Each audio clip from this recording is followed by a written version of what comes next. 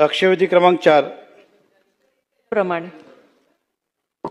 अध्यक्ष महोदय, मीरा भाईंदर महानगरपालिका हद्दीत मीरा रोड आणि भाईंदर असे दोन शहर आहेत।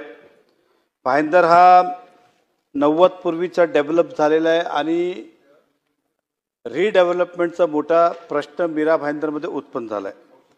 शासनाने काहीतरी चांगलं करावं पूर्ण विकासासाठी, त्यासाठी अनेक योजना आणली, पण ते योजना सर्वांना नुकसानदायक ठरली अशा प्रकारचं झालं।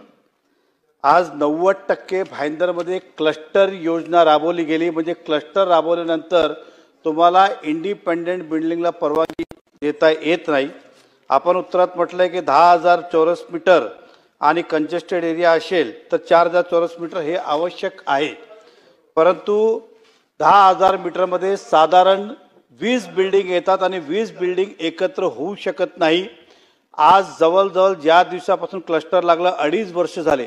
2.5 वर्षामध्ये महापालिकेने धोकादायक अनेक इमारती तोडली, काही लोकांनी स्वतःहून खाली केली, परंतु एकाला रिडेव्हलपमेंट परवानगी देता आली नाही, कारण की क्लस्टर आहे। आता 20 बिल्डिंग मध्ये एक बोलतो आमची बिल्डिंग नवीन आहे, दुसरा बोलतो आमचा कन्व्हेन्सचा प्रॉब्लेम आहे, तिसरा बोलतो आमचा टेनेंट आहे, चौथा बोलतो आमचा वेगळा प्रॉब्लेम आहे। हे कधी 20 बिल्डिंग एकत्र येत नाही, पण त्यांना कधी परवानगी दिली गेली नाही। दुसरं युनिफाईड DCR आपण आणलं। आता बरेच ठिकाण जिकडे क्लस्टर नाही आहे तिकडे युनिफाईड DCR मध्ये त्यांना परत घर मिळावं, त्यासाठी जास्तचा FSI इन्सेंटिव्ह FSIची आपण त्यामध्ये प्रोव्हिजन केली, पण दुसऱ्या बाजू आपण हाईट रेस्ट्रिक्शन टाकलं रोड विथ प्रमाणे। म्हणजे उदाहरण, मला आता मी परमिसेबल आहे की मला 10,000 फूट मिळतील, पण रस्ता छोटा असल्याने मला ते 10,000 मीटर पूर्ण कंझ्युम करता येत नाही। अशा प्रकारचे मोठ्या प्रमाणात तक्रारी असल्याने गेल्या 2.5 वर्षात एकही रिडेव्हलपमेंट होत नाही। तर त्यासाठी मंत्री महोदयांना माझे स्पेसिफिक प्रश्न असा आहे, ही क्लस्टर योजना आतापर्यंत सक्सेस झाली नाही असं महापालिकांनी सुद्धा शासनाला अनेक वेळा पत्र दिलंय, तर आपण त्या क्लस्टर योजनामध्ये इंडिपेंडेंट स्वतंत्र बिल्डिंगला परवानगी देणार का आणि क्लस्टर ऑप्शनल करणार का, हा पहिला प्रश्न। दुसरं, आतापर्यंत आपण क्लस्टरमध्ये इंडिपेंडेंट परवानगी दिली आहे का कोणाला तरी, आणि दिली असेल तर बाकीला का आपण टाळतात, आणि समजा कायद्यात नसेल, कारण की आपण उत्तरात म्हटलं की क्लस्टरमध्ये इंडिपेंडेंट देता येणार नाही, पण आमच्या माहितीप्रमाणे 1-2 लोकांना आता दबावाखाली की का दिली माहीत नाही, तर त्याच्यावर आपण काय कारवाई करणार। तिसरं, रस्त्याची जी अटीची शर्त आहे रिडेव्हलपमेंटला की एखादा FSI परमिसेबल आहे, पण रस्त्याच्या अटीच्या कारणाने ते FSI कंझ्युम करता येत नाही युनिफाईड, तर ती अट आपण शिथिल करणार का। दुसरं, पोडियम आता पार्किंग कंपल्सरी केल्याने 3 माले 4 माले पोडियम करावं लागतात आणि बिल्डिंग 24 मीटर, तर बिल्डिंगचं एरिया आपण जे रेसिडेन्स एरिया तेवढंच करा, पोडियमचं एरिया त्याच्यातनं वगळणार का, असे माझे 4 प्रश्नाचं आपण उत्तर द्यावं, जेणेकरून मीरा भाईंदरच्या लोकांना नागरिकांना हे मिळतील।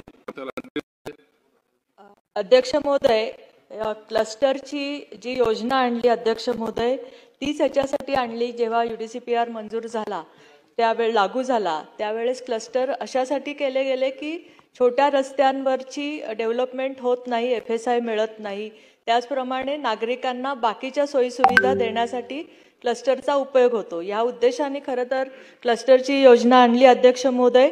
आता सदस्यांनी जे प्रश्न त्याच्यामध्ये मांडलेले आहेत की अनेक इमारती धोकादायक झालेल्या आहेत मीरा भाईंदरमध्ये, कारण ग्रामपंचायतीच्या काळामधली बांधकामं पण आहेत, त्याच्यानंतर नगरपालिका झाली, महानगरपालिका झाली, आणि त्यामुळे अशा धोकादायक इमारतींना स्वतंत्रपणे रिडेव्हलपमेंट ह्याच्यामध्ये करता येत नाही।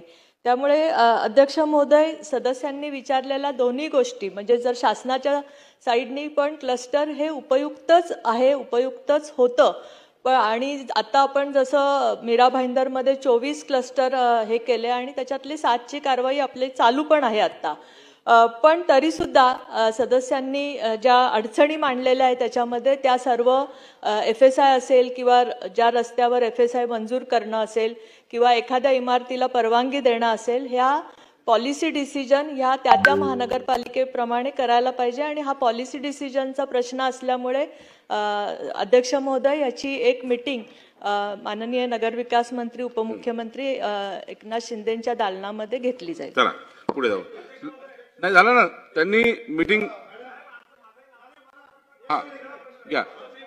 मंत्री महोदयांना प्रश्न आहे की आपण क्लस्टर असल्या कारणाने इंडिपेंडेंट बिल्डिंगला परवानगी देता येत नाही, आपण सभागृहामध्ये आश्वासित करणार का की अशा एकही इमारतीला अजूनपर्यंत परवानगी दिली नाही जे क्लस्टरमध्ये? आमच्या माहितीप्रमाणे काही ठराविक लोकांना आपल्या सोयीप्रमाणे परवानगी दिली, बाकीला नकारलं, आणि असं असेल तर संबंधित अधिकारी आपण काय कारवाई करणार ते आम्हाला उत्तर द्या. मंत्री महोदय.